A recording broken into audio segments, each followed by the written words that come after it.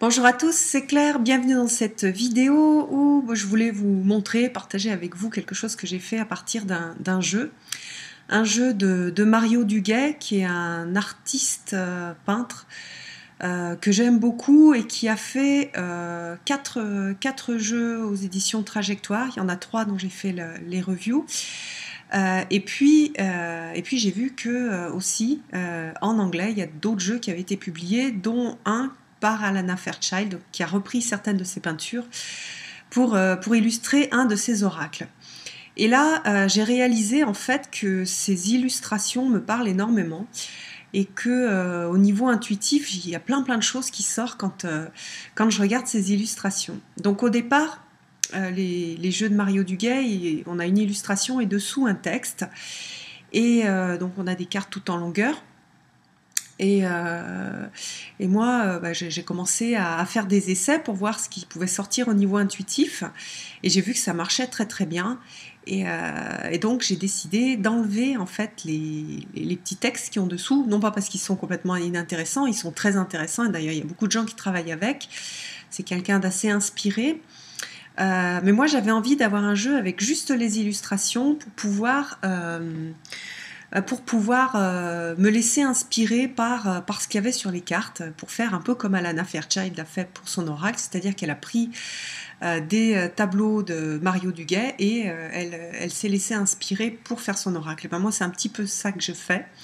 C'est-à-dire que donc j'ai découpé le jeu, et je vais vous le montrer découpé. Ça fait des petites cartes un peu, je vais vous montrer par rapport à un tarot, c'est un peu plus petit, voilà. C'est beaucoup plus petit et à peu près de la même largeur, enfin un tout petit peu plus large. Quand on découpe, donc le dos est différent. Moi j'aime bien parce que ça fait un peu lever de soleil, ça fait arriver de la lumière, donc voilà. J'aime bien. Les cartes sont de super bonne qualité, elles sont glacées. Ça met bien en valeur les illustrations. Et on a donc des illustrations qui sont superbes. Et ça permet aussi de travailler avec les cartes dans les deux sens. Et à partir d'une illustration, il y a vraiment beaucoup de choses qui me viennent et qui sont parfois complètement différentes de ce que Mario Duguay avait écrit dessous. Donc par exemple, celle-ci, je la trouve magnifique.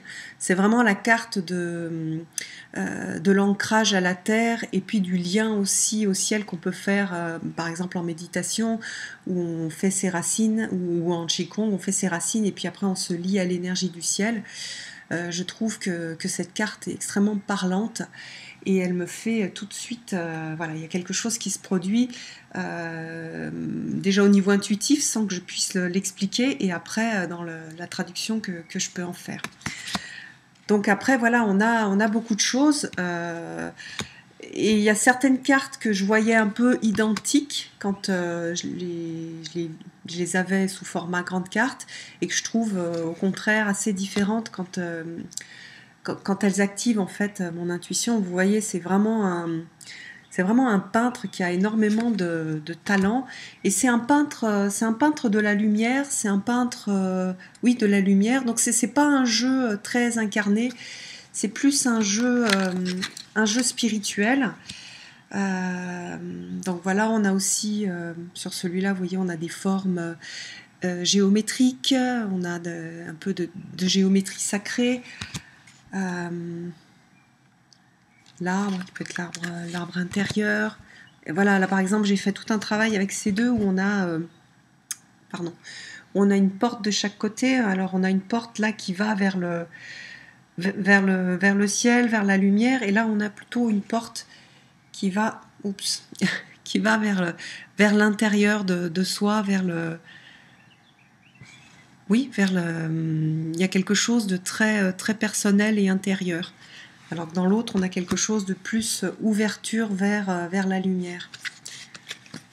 Bon, celle-ci, je l'ai mise sur mon Facebook, je la trouve super bien. Elle représente très très bien des moments de méditation où on peut se sentir pleinement connecté et où donc dans la méditation on a comme ces fils là blancs un lien avec tout ce qui peut exister sur Terre, et puis on a les planètes ici dans l'univers, et puis on a aussi la lumière, on va dire divine, hein. Après chacun l'appelle un peu comme il veut. On a cette énergie de lumière aussi, donc là on a pour moi c'est vraiment l'analogie de ce que j'appelle voilà, le chemin de vie qu'on va parcourir, et parfois sur ce chemin de vie, ben, on partage un peu un morceau de la route avec des gens, des gens qui nous accompagnent. Et donc il y en a une autre où on voit la personne qui est toute seule, donc on parle plus du chemin de vie en proprement dit personnel. Ici, on a quelque chose de très puissant, domaine de la puissance personnelle. Ici, on peut voir beaucoup de choses. On a la magie personnelle, le fait d'invoquer, le fait de faire des rituels, le fait d'invoquer des dieux et des déesses plutôt externes, le fait de se lier aussi à la déesse mère. Enfin, il y a vraiment quelque chose sur la féminité sur celui-là. Voilà, bon, je vais peut-être pas tous les faire. J'adore celle-ci aussi, et je la trouve... vous voyez, il y a un petit personnage, une femme qui apporte quelque part son petit grain de lumière à la grande mère universelle aussi, donc il y a pareil quelque chose de féministe, de féminin, et sur que chaque travail qu'une femme peut faire sur sa place en tant que femme, la défense qu'elle peut faire des valeurs féminines, elle apporte en fait sa petite lumière à cet édifice, et c'est ce travail féminin. Voilà, donc il y en a énormément. Celle-ci, je l'adore. D'ailleurs, elle a été reprise dans l'autre jeu d'Alana Fairchild. Donc on a vraiment peut-être les lois de l'univers, les règles de l'univers, de l'incarnation, des mystères. Et voilà, bon, c'était pour vous montrer un petit peu comment... à quoi ce jeu ressemble une fois qu'on l'a découpé. Il y a aussi des choses qui sont assez sympas sur l'enfant. Ah, j'adore celle-ci aussi. Sur le lâcher-prise, la confiance. Confiance en sa destinée. La confiance et le lâcher-prise. Là, on est plus sur le pouvoir. Qu'est-ce qu'il implique? J'aime bien cette idée d'épée.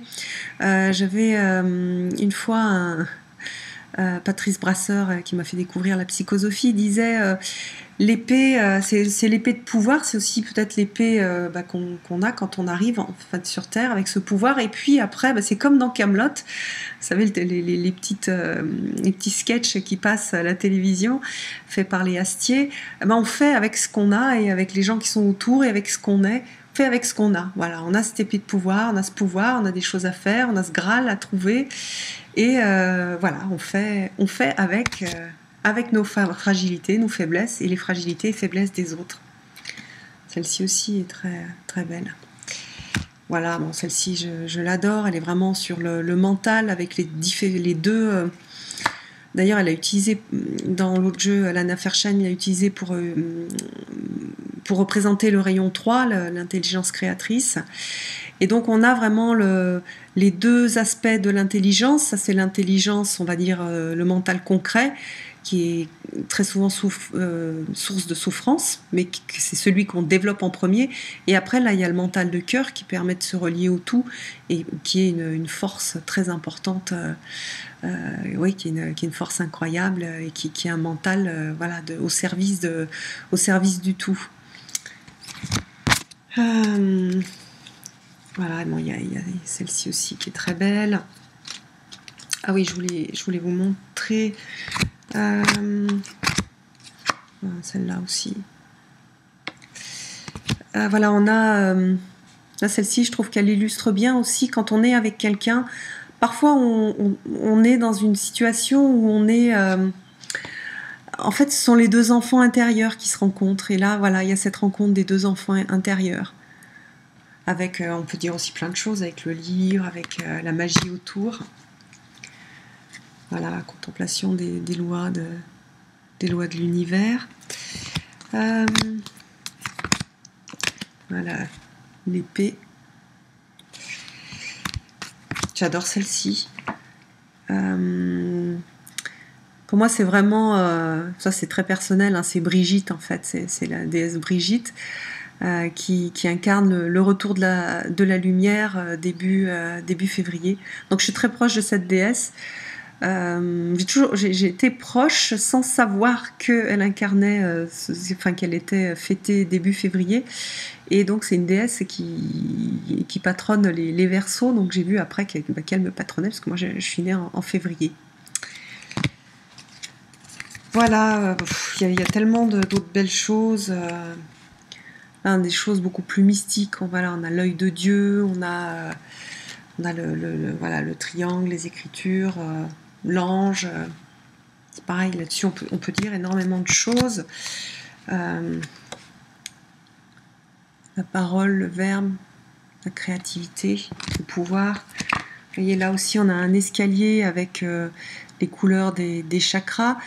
Ça peut être les couleurs des chakras, ça peut être les couleurs de ce que les anciens appelaient l'échelle avec toutes les planètes qui étaient connues. C'était une échelle en fait qu'on remontait pour pouvoir réaccéder au ciel. Puis c'est une échelle aussi qu'on descendait lors de l'incarnation. Voilà, j'aime bien le livre aussi. Le fait de recevoir la connaissance par l'intuition. Ouais, bon, bref, c'est tout super beau. Voilà, j'avais envie de partager ça. C'est un jeu que je vais conserver comme étant un jeu intuitif lié à la lumière, lié à l'inspiration. Pas du tout un jeu concret, mais plutôt un jeu d'inspiration et de lien avec le tout. Un jeu. Donc ces messages d'éveil, il avait vraiment le nom était bien choisi et c'est vraiment il y a quelque chose de très lumineux dans ces cartes, dans ces œuvres, et je suis super contente de l'avoir mis sous cette forme-là. Puis c'est aussi un jeu que je peux amener, je peux garder dans mon sac et sur lequel je peux méditer sans être distraite du coup par ce qui est écrit dessous. Alors je le redis, c'est pas du tout que ce qui est écrit dessous était pas intéressant. Au contraire, c'était très bien écrit, c'était très beau, mais ça correspondait pas toujours à l'intuition que j'avais en regardant les œuvres. Et puis moi j'aime bien aussi avoir cet input, en fait, cette information qui vient de l'intérieur, pas forcément de l'extérieur, et voilà, c'est pour ça que je l'ai transformé. J'espère que cette vidéo vous aura intéressé, je vous donne rendez-vous pour une prochaine vidéo. À bientôt!